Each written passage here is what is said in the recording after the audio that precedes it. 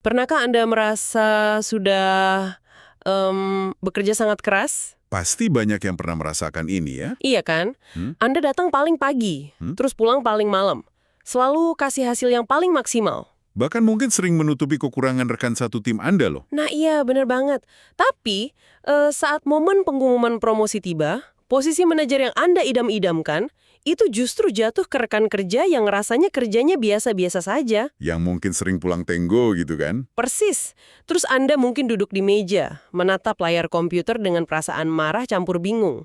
Dan Anda bertanya-tanya, apa sih rahasia yang mereka tahu tapi Anda tidak? Itu momen patah hati profesional yang sangat bikin frustrasi. Betul. Dan jawabannya seringkali bermuara pada dua kata yang bikin kita merinding, politik kantor. Ironisnya, kejadian seperti itu terjadi setiap hari. Dari perusahaan rintisan kecil sampai konglomerasi besar. Yah, dan itulah misi utama dari pembahasan mendalam kita hari ini.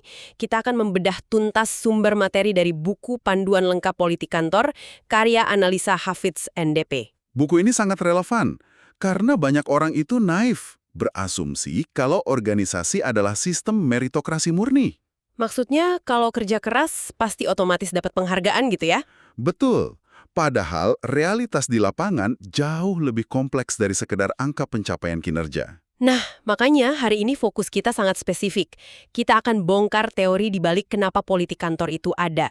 Terus gimana praktik nyatanya sehari-hari tanpa harus menjilat. Dan yang paling penting ya, bagaimana menggunakan ilmu ini ke depan sebagai peta jalan karir Anda dari level magang sampai direktur secara etis. Oke, mari kita bedah ini bersama. Karena jujur saja, setiap kali dengar kata politik kantor, yang terlintas di kepala kebanyakan orang, itu kan drama beracun ya. Saling sikut, gosip murahan. Atau aksi saling tusuk dari belakang, ya pandangan sinis itu sangat bisa dipahami loh. Tapi materi ini menantang kita untuk ubah paradigma itu ya. Bener banget. Ini bukan sekedar panduan buat jadi manipulator ulung, ini kompilasi dari teori perilaku organisasi, riset dinamika kekuasaan, dan studi kasus nyata di Indonesia. Dengan kerangka etika yang kuat kan, jadi argumen utamanya, politik kantor itu bukan penyakit yang harus dihindari. Tepat, melainkan sebuah sistem navigasi yang wajib dikuasai kalau Anda ingin gagasan Anda berdampak. Menarik. Sebelum masuk ke taktik, penulis bilang kita harus rombak pola pikir kita dulu. Buang pandangan kalau politik itu kotor. Iya, dan ada satu analogi di materi ini yang sangat brilian. Penulis menganalogikan politik kantor itu persis seperti api. Oh iya, saya ingat bagian ini. Sifat dasar api itu murni netral kan? Betul sekali. Api bisa membakar habis rumah Anda sampai rata dengan tanah. Itu representasi dari politik yang manipulatif dan saling menjatuhkan. Tapi di sisi lain, kalau dikendalikan, api yang sama bisa dipakai buat masak makanan bergizi atau menghangatkan ruangan. Nah, itu dia. Itu representasi politik positif. Kayak membangun relasi yang tulus dan kolaborasi yang saling menguntungkan. Analogi yang masuk akal sih, memisahkan alat dari niat penggunanya. Tapi pertanyaannya, kenapa sih api ini atau sistem politik ini pasti selalu muncul di setiap organisasi? Karena sifat alami organisasi itu sendiri. Pertama, selalu ada kelangkaan sumber daya. Maksudnya anggaran bolus yang terbatas gitu ya? Angka interes, jumlah kursi pimpinan sedikit, dan proyek bergengsi nggak bisa dibagikan ke semua orang. Dan kalau ada kelangkaan dalam sistem yang tertutup, kompetisi pasti lahir kan? Pasti, dan akan selalu lahir. Dan itu jadi makin rumit karena alasan kedua, yaitu ambiguitas dalam mengukur kesuksesan. Tunggu, ambiguitas gimana maksudnya? Kalau kecepatan lari kan jelas ada detiknya. Nah, tapi kalau menilai seorang manajer proyek yang hebat, apakah dari ketepatan waktu atau kepuasan klien yang subjektif? Atau mungkin dari seberapa hemat dia pakai anggaran ya? Betul, karena nggak ada tolok ukur mutlak, orang yang mampu merangkai cerita dan mengkomunikasikan kontribusinya dengan lebih baiklah yang bakal dapat pengakuan. Wah, analisis yang tajam banget.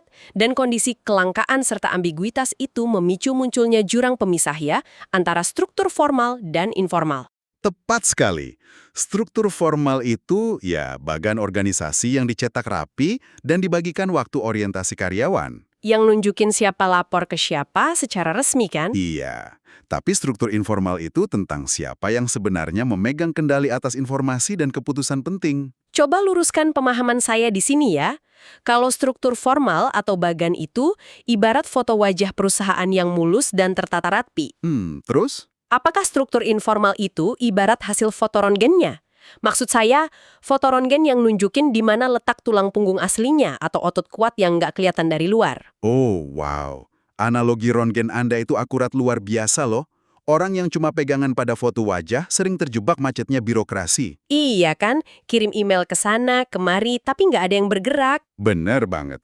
Sementara mereka yang bisa baca foto röntgen organisasi ini, tahu persis harus melangkah kemana. Dan untuk bantu kita baca röntgen kekuasaan ini, buku ini membedah teori 5 sumber kekuatan dari French dan Raven ya. Betul. Pemahaman ini sangat krusial. Kekuatan ternyata bukan cuma dari gelar. Ada 5 sumber. Iya, yang pertama kekuatan posisi resmi atau otoritas. Kedua, kekuatan memberikan hadiah kayak ngasih bonus. Ketiga, kekuatan untuk menghukum atau mengancam. Yang mana ini paling beracun dan bisa menghancurkan reputasi. Terus keempat, kekuatan karena keahlian. Dan kelima, kekuatan referensi, yaitu karena disukai dan dihormati. Mari kita gali kenapa ini penting buat pendengar kita. Staf junior sering merasa putus asa kan? Iya, mereka lihat posisi di bawah bagan dan mikir, aduh saya nggak punya kekuatan apa-apa. Padahal, disitulah rahasianya. Mereka belum punya kekuatan posisi, tapi mereka bisa bangun kekuatan keahlian dan referensi sejak hari pertama. Jadi rujukan utama di satu bidang teknis spesifik, sekaligus jadi pribadi yang bisa diandalkan. Tepat. Sebentar. Untuk kekuatan referensi yang intinya disukai dan dihormati ini, saya mau pastikan biar nggak salah paham. Oke, silakan. Maksud disukai di sini bukan berarti saya harus selalu setuju sama atasan kan? Atau rajin traktir kopi teman divisi tiap sore biar mereka pro saya? Oh, sangat bukan itu maksudnya. Kalau Anda beli kesukaan orang pakai traktiran atau pujian palsu, itu manipulasi murahan loh. Nanti malah merusak reputasi ya? Betul. Kekuatan referensi sejati itu lahir dari empati dan konsistensi. Anda mendengarkan tanpa menghakimi, bantu kesulitan rekan kerja tanpa pamrih. Orang percaya pada kita karena kejujuran, bukan karena kopi yang kita belikan ya? Persis. Dan dua kekuatan ini, keahlian dan rasa hormat, jauh lebih organik dan bertahan lama dibanding kekuatan dari jabatan semata. Oke, secara teori masuk akal banget. Saya bisa lihat hasil rontennya sekarang. Bagus. Tapi, pertanyaan jujur nih, gimana kita mempraktekannya sehari-hari tanpa kelihatan kayak politikus licik? Terutama soal bangun jaringan yang kadang terasa canggung. Kita harus mulai dari definisi yang benar dulu. Membangun relasi itu bukan kayak sebar kartu nama ke sebanyak mungkin orang di acara perusahaan loh. Iya, itu kuno banget ya kelihatannya. Banget. Membangun jaringan yang sehat itu soal ketulusan. Ada 4 arah. Jaringan sejajar, yaitu sesama rekan satu level yang kelak bisa jadi mitra strategis. Terus ada jaringan ke atas untuk cari sosok pelindung, dan jaringan lintas departemen. Nah, yang satu ini menarik nih. Kenapa menarik menurut Anda? Kenapa berteman dengan staf IT atau staf keuangan itu krusial, padahal pekerjaan kita mungkin di pemasaran dan gak ada hubungannya. Bayangkan begini, suatu saat peluncuran produk pemasaran Anda tertunda karena sistem error. Kalau Anda punya jaringan lintas departemen dan pernah tulus bantu staf IT itu, Oh, hukum timbal balik ya? betul, mereka bakal proses permintaan Anda lebih cepat. Bukan nyalahi aturan, tapi karena mereka kenal Anda sebagai manusia, bukan sekedar tiket komplain di layar. Bener juga. Dan tipe keempat, jaringan eksternal di luar perusahaan, buat jaga kewarasan kita. Ya, untuk kasih sudut pandang objektif saat kantor lagi nggak sehat. Intinya, berikan nilai lebih dulu, bantu orang tanpa pamrih. Memberi lebih dulu tanpa ekspektasi balasan instan ya. Prinsip yang indah. Dan ini berkaitan banget dengan personal branding atau reputasi profesional. Benar. Reputasi Anda seharusnya sudah masuk ke dalam ruangan sebelum Anda melangkah masuk. Ada 4 pilar pembentuknya. Keahlian, karakter, konsistensi, dan visibilitas. Atau seberapa terlihat pencapaian Anda. Nah, di pilar keempat ini saya harus ngasih perlawanan tajam nih. Silahkan, apa yang jadi kekhawatiran Anda? Ya, khususnya Indonesia. Visibilitas ini sering bertentangan sama filosofi ilmu padi. Makin berisi, makin merunduk. Iya banyak yang mikir gitu. Menggaungkan pencapaian sendiri itu sering dianggap sombong, cari muka. Bukankah lebih aman diam aja dan biarkan hasil kerja yang bicara? Atasan pasti nyadar kan nanti? Nah, itu justru jebakan pola pikir paling berbahaya loh. Masa sih? Kenapa? Coba kita bedah logikanya. Hasil kerja luar biasa, kalau nggak terlihat, nilai strategisnya itu nol di mata perusahaan besar. Posisikan diri Anda sebagai direktur yang bawahi ratusan orang. Pasti sibuk banget kan urusan makro? Tepat, mereka nggak punya waktu buat ngelusurin detail kerja satu persatu staf.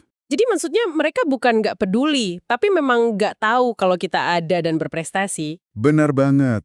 Mereka nggak bisa promosikan Anda kalau nggak tahu Anda ada. Makanya penulis menegaskan, visibilitas itu bukan arogansi. Mengkomunikasikan pencapaian berbasis data itu adalah tanggung jawab profesional. Tanggung jawab ya. Iya, Anda bertanggung jawab memastikan nilai yang Anda bawa diketahui orang yang tepat, biar bakat Anda dimanfaatkan maksimal. Wah, pandangan itu melegakan banget jujur aja. Mengubah label pamar jadi tanggung jawab profesional. Dan biar nggak kelihatan sombong, gunakan teknik persuasi. Gabungkan data statistik dengan cerita manusiawi. Angka laba aja nggak cukup, harus ada narasinya. Benar, menyeimbangkan otak kiri dan kanan. Nah, sekarang kita udah bahas teorinya, tapi gimana wujud nyatanya kalau dibentangkan dalam peta perjalanan karir? Ini bagian yang sangat krusial. Pendekatan untuk anak magang pasti beda banget dengan manajer. Iya, buku ini kasih roadmap yang mencerahkan banget. Dari level magang 0 sampai 1 tahun, di fase ini misinya bukan menonjol, tapi observasi kan? Betul, tutup mulut lebih banyak, buka mata dan telinga. Pelajari budaya tak tertulisnya. Terus jadikan diri berguna di satu tugas taktis ya, jangan baru sebulan udah nuntut proyek besar. Fase itu murni pengumpulan intelijen. Nanti waktu naik ke junior, tahun pertama sampai ketiga, fokus bergeser. Anda harus bangun keahlian spesifik yang tak tergantikan. Jadi go to person ya, kalau ada masalah nama kita yang dipanggil duluan. Sambil mulai rajut jaringan lintas departemen. Betul. Lalu masuk ke level senior, tahun ketiga sampai ketujuh. Ini fase transisi paling berbahaya loh. Kenapa berbahaya? Karena Anda nggak bisa lagi sembunyi di balik kehebatan teknis individual. Anda diwajibkan mulai membimbing staf junior dan mencari sponsor karir. Tunggu dulu, saya mau nantang lagi nih. Di tahun keempat kan kita lagi sibuk-sibuknya kejar target KPI sendiri. Kenapa buang waktu ngajarin anak baru? Karena disinilah kekuatan referensi diuji. Kalau abai sama anak baru, Anda cuma dikenal sebagai pekerja tunggal. Padahal staf muda yang Anda bimbing, itu barisan pendukung Anda nanti. Oh iya, mereka yang bakal pastikan proyek kita lancar dan menceritakan kehebatan kita. Selain itu, Anda butuh sponsor senior. Mentor kan cuma kasih nasihat di ruang tertutup. Kalau sponsor, itu eksekutif yang berani gebrak meja di ruang rapat direksi buat perjuangkan promosi Anda. Wow, jadi butuh dukungan dari atas dan bawah sekaligus. Tepat sekali. Dan ini yang paling bikin saya takjub. Waktu kita tembus level manager, di tahun ke-7 sampai ke-10, aturan mainnya berubah total. Ya, Anda ndak lagi ngelola tugas, tapi ngelola manusia dan ego. Ternyata saat jadi manajer, politik kantor positif itu bertransformasi jadi perisai pelindung buat bawahan kita ya. Pemahaman Anda menangkap esensi kepemimpinan yang paling dalam loh. Bayangkan skenario nyata. Tim gagal capai target karena kesalahan vendor. Eksekutif marah besar. Manajer yang nggak paham politik pasti ketakutan dan langsung nyalahin stafnya kan, buat nyelamatin diri sendiri. Bener, tapi manajer yang menguasai politik positif bakal pasang badan. Dia akan bilang ke eksekutif kalau kegagalan antisipasi vendor itu tanggung jawabnya sebagai pemimpin. Gila, kalau bawahan lihat manajernya rela jadi tameng gitu, dampaknya pasti luar biasa. Dampaknya adalah kesetiaan mutlak. Dan loyalitas organik ini ngelipat gandain modal politik sang manajer di mata eksekutif loh. Mereka nggak dilihat sebagai orang gagal, tapi pemimpin tangguh ya. Iya, yang mampu menyatukan massa. Itu tiket emas buat naik level tertinggi. Luar biasa. Terus buat yang udah di level direktur nih, di atas 10 tahun, ini udah tingkat dewa kan? Betul. Urusannya langsung sama komisaris dan direktur utama. Fokusnya di pemikiran strategis dan bangun aliansi sesama direktur. Karena ide inovasi sebaik apapun bisa hancur kalau ada satu direktur divisi lain yang merasa harga dirinya terluka karena nggak dilibatkan ya. Di ruang direksi, setiap kata punya riak politik yang luas. Anda dituntut punya kecerdasan emosional buat tahu kapan harus nekan keras, kapan harus kompromi. Tanpa mengorbankan integritas ya. Wah, baca peta jalan karir 10 tahun ini tuh kayak dapet kacamata yang tepat buat lihat jalan yang tadinya buram. Sangat membantu ya. Tapi jujur aja pendengar kita kan nggak bisa nunggu 10 tahun buat bertindak. Gimana kita mengemas ini jadi langkah nyata buat minggu depan? Untungnya buku ini kasih rencana aksi 90 hari. Ada 3 fase. Fase pertama, minggu ke-1 dan kedua. Ini murni tentang penilaian dan perencanaan. Jadi jangan ada pergerakan drastis dulu ya. Jangan. Audit lingkungan Anda. Siapa 10 orang paling berpengaruh secara informal? Siapa gatekeeper atau penjaga gerbang informasi ke meja bos? Dan evaluasi kelemahan personal branding Anda. Lalu masuk fase kedua, minggu ke-3 sampai ke-8. Waktunya eksekusi nih. Mulai jadwalkan ngopi atau makan siang santai. Ya, tawarkan diri untuk proyek kecil lintas departemen dan beranikan diri mendekati orang yang Anda kagumi untuk jadi mentor. Bilang kayak, saya terinspirasi banget sama Anda. Mau nggak luangin waktu 30 menit sebulan buat bimbing saya? Gitu kan? Sangat proaktif. Terus fase ketiga, minggu ke-9 sampai ke-12, evaluasi kemajuan Anda. Tanyakan pada diri sendiri, ya. Dari sekian banyak ngopi, berapa banyak relasi bermakna yang terbangun?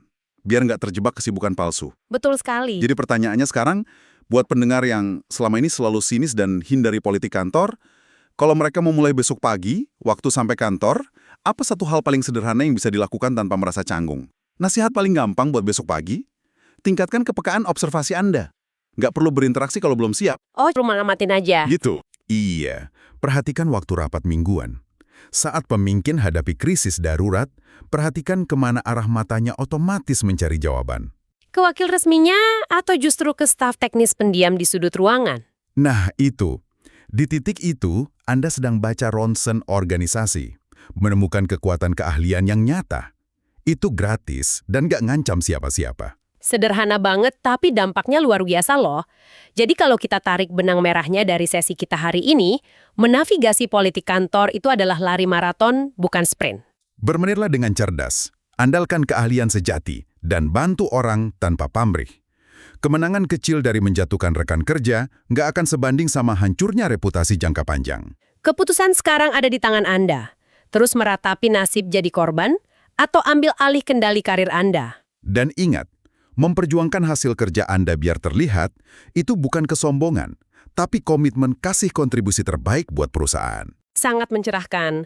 Sebelum berpisah, kami punya satu pemikiran provokatif nih buat pendengar. Kita kan udah bahas cara baca ronsen organisasi buat naik ke puncak. Ya, coba bayangkan suatu hari Anda beneran berhasil duduk di kursi direktur, pakai taktik etis ini. Pertanyaan moralnya, kalau Anda udah punya kekuasaan itu, sebesar apa keberanian Anda buat merombak ulang sistem informal yang udah mengakar? Apakah Anda bisa ciptakan budaya baru yang lebih transparan dan berbasis merit sejati buat generasi magang berikutnya? Atau Anda justru milih diam karena sistem lama itu udah menguntungkan Anda? Sebuah pertanyaan yang layak direnungkan hari ini. Benar, itu ujian akhir sesungguhnya dari sebuah kekuasaan. Terapkan ilmunya esok pagi, dan bersiaplah melihat kantor Anda dari sudut pandang yang sama sekali berbeda. Sampai jumpa di pembahasan mendalam berikutnya.